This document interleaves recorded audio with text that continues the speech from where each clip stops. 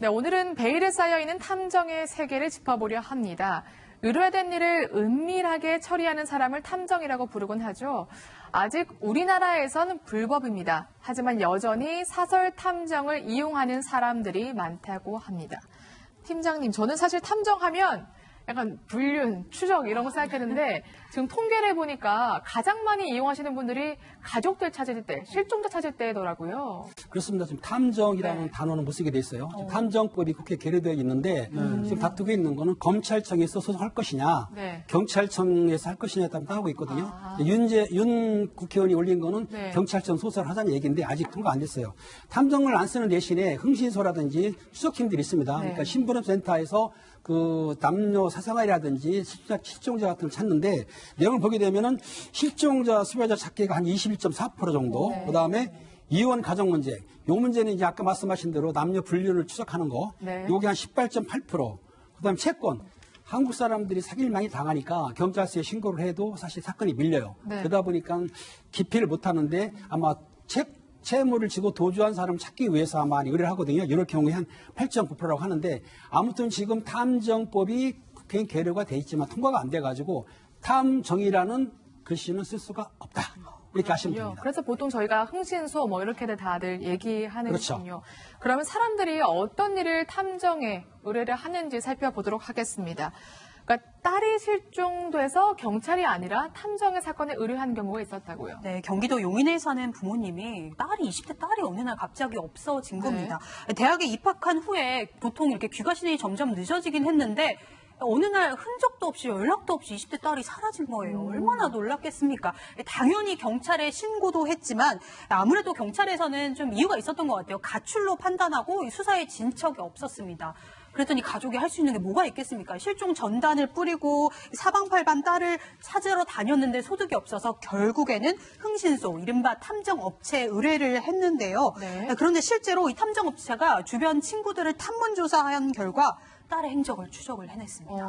어디에 있었냐면 이 3주 만에 사이비 종교단체 기도원에 딸이 있던 거를 발견을 한 거예요. 다른 뭐 어떤 포교 활동을 하던 그런 신도들과 어울리다가 사실상 감금 상태에 있던 것을 찾아냈던 겁니다. 당시에 이 의뢰를 했던 한모 씨는요, 정말 딸을 찾아줘서 고맙다 이렇게 내용을 전해오기도 했습니다. 그러니까 보통 이런 경우가 많은 것 같아요. 경찰에 신고를 했는데 약간은 수사가 좀 미적지근하니까 지푸라기라도 잡는 심정으로 사설 탐정이나 흥신소에 의뢰를 하는 것 같습니다. 그러니까 우리가 민간 조사사라고 해야 되거든요. 우리는 아직 아까 말씀하신 것처럼 탐정 관련 법안이 이제 국회에 계류 중이지만 이게 통과가 안 돼서 민간 조사사라 그래서 이 부분에 대해서 자격증을 취득하고 민간 조사사로 일하는 거를 업무를 제한해서 이걸 허가를 해주고 있는데요.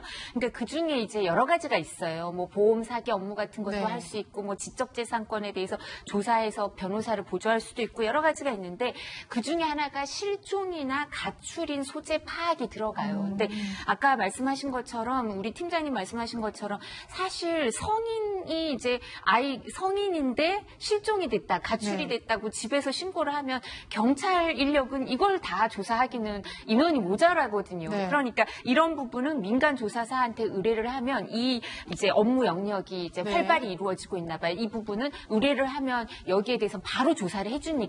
그래서 좀 전에 서상희 팀장님이 설명하신 것처럼 그 종교단체, 사이비 종교단체에서 사실상 감금 상태에 들어가 있던 것도 경찰에 신고해놓고 기다리면 이제 단순 가출이라고 생각하고 한참 늦어졌겠지만 이렇게 민간 조사사에서는 이제 왜냐하면 선임료를 받고 이제 비용을 받고 바로 이 사건부터 착수하는 거니까요. 그래서 실종 가출인 소재 파악을 해서 이제 효율적으로 이렇게 사람을 찾아주는 일이 있다고 합니다.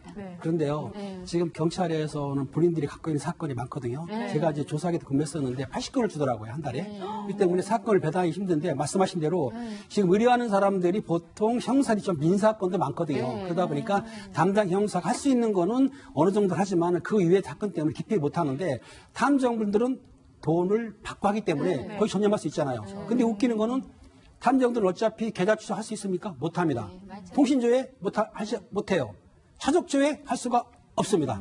계좌 추적도 안 돼. 그렇기 때문에 한계가 있는데 일단은 잠복 미행하는 것은 제가 보기에는 어느 정도 편법이 동원돼야만 가능하지 우리 경찰처럼부터 수사권을 가지고 하지 않기 때문에 너무 탐정한테 의뢰하는 건 조금 아직 시기상조 아니겠느냐 생각이 듭니다. 이제 불법행위 부분이 있을 수 있으니까 조심하라고 말씀하시죠. 네. 실제로 계좌 추적 같은 건 못하니까 미행이나 잠복을 할 수 있는 사건들, 흔히 말하는 이제 뭐 이혼 사건이라든가 불륜 사건을 많이 이제 쓰시는 것 같긴 해요. 실제로 그런 사례들이 있는 것 같습니다. 한 의뢰 사례를 보면은요, 어느 날 30대 이 남편이 좀 뭔가 아내의 수상한 점을 좀 발견을 했던 것 같습니다. 새벽 6시에 남편에게 친구들과 강원도에 다녀오겠다 이렇게 이야기를 했는데 아무래도 그 전에도 뭔가 좀 일이 있었던 것 같아요. 그래서 사설 업체에 속된 말로 아내 뒷조사를 의뢰하게 된 거죠. 그래서 11시간 동안 아내가 아내를 추적을 하게 되는데 아내가 도착한 곳 강원도가 아니라 어떤 빌라, 일산의 한 빌라였다고 합니다. 그 차량이 주차가 돼 있었는데요.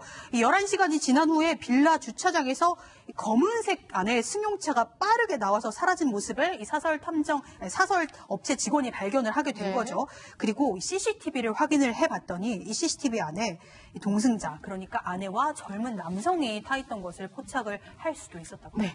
저희가 민간 조사사라는 용어 대신에 이해를 돕기 위해서 이번 방송만큼은 탐정이라는 용어를 부득이하게 사용하도록 하겠습니다.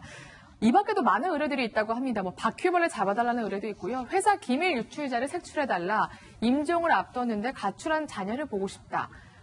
변호사 남자친구를 찾아달라. 정말 별의별 의뢰들이 있다고 하는데 사실 영화 속에 보면 탐정들 굉장히 멋있게 나오잖아요. 그러니까 실제 생활은 또 그렇지 않다면서요. 그렇습니다. 제 후배 중에 친구 민간 조사하는 사람이 있는데 실제적으로 우리가 영화를 보게 되면 그 아가사 크리스티라는 작가 있지 않습니까? 네. 그 오리엔탈 특급살인이라 유명해요. 거기에 이제 포아로 경감이다. 포아로가 나오죠, 탐정이. 그리고 여러분 잘 아는 셜록 홈즈. 그다음에 일본의 뭐 전태일 나오는데 그 영화는 좀 미화했기 때문에 탐정들이 모든 걸 한 것처럼 보이지만 실제적으로 말씀하신 대로 조회를 못하기 때문에 아까 뭐 사건을 추적하려고 그러면은 아파트라든지 빌라에서 잠복을 해야 되겠죠. 우리처럼 잠복을 하고. 왜냐하면 수사권이 없으니까 잠복하고 그 사람이 나가면 차 타면은 차를 이제 2대 정도나 3대 이동하거든요. 뒤따라가야 되겠죠. 어쨌든 차적을 봐도 차적 주소를 알 수가 없으니까 끝까지 따라다니고. 밥도 못 먹고 기다리겠죠. 그러니까 형사 업무를 하는 것처럼 자동차도 미행을 하고 저희처럼 뭐 가끔 우리는 그 잠복할 때 짜장면도 요즘 전화하면 배달이 되더라고요. 예, 시켜 먹는 식으로. 왜냐하면은 잡힐 수가 없으니까 아마 형사가 하는 일을 거의 비슷하게 하는 것 같은데 어떻든 탐정은 돈을 받고 하는 직업이다. 그러니까 어떤 소명보다는 돈에 의해서 움직이기 때문에 민간 분들이 경찰을 너무 뭐 이렇게 안 믿고 그런 것보다는 일단은 의뢰하시고 민사관계에 대해서는 편법, 불법 아닌 상태에서는 아마 의뢰하는 거는 괜찮을까 싶습니다. 네. 궁금해지는 게 탐정분들 수입은 어느 정도, 의뢰비나 이런 건 얼마 정도라고 합니까? 어느 정도 시장 가격이 형성돼 있는 것 같긴 합니다. 하루 8시간 정도 기준으로 해서요. 40만 원에서 80만 원 수준으로 가격이 책정돼 있다고 하는데 아무래도 그 개별 의뢰 건마다 정말 다를 것 같아요. 보통 2인 1조 정도로 움직이긴 하는데 한 건 정도에 한 400만 원 정도 들어간다고 하는데요. 여기에 기름값, 뭐 식사비, 숙박비 등등등등 포함이 된 가격 정도라고 합니다. 네. 물론 우리나라에서 탐정업은 말씀드린 것처럼 불법입니다. 하지만 꾸준히 수요가 있어서 활동하고 있는 탐정들이 적지 않은데요. 탐정업을 연구하는 전문가의 이야기 들어보겠습니다.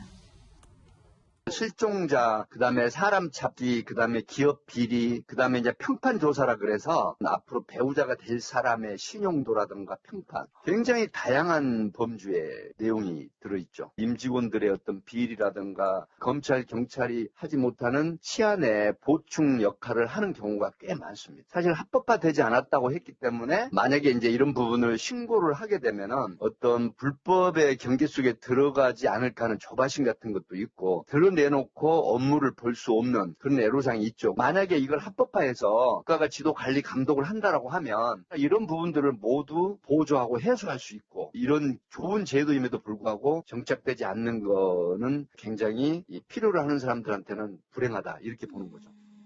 오히려 탐정업이 음지에 있어서 부작용이 있는 만큼 일부 분야에 대해서는 좀 양지화시켜서 오히려 좀 사각지대를 해소해야 된다 이런 의견도 있다고 합니다. 저희가 실시간으로 방송을 방송 질문을 받고 있습니다. 방송을 보시다가 궁금한 점이 있으시면요. 여기 SNS로 질문 남겨주시면 여기 있는 전문가분들께서 대답해 주십니다.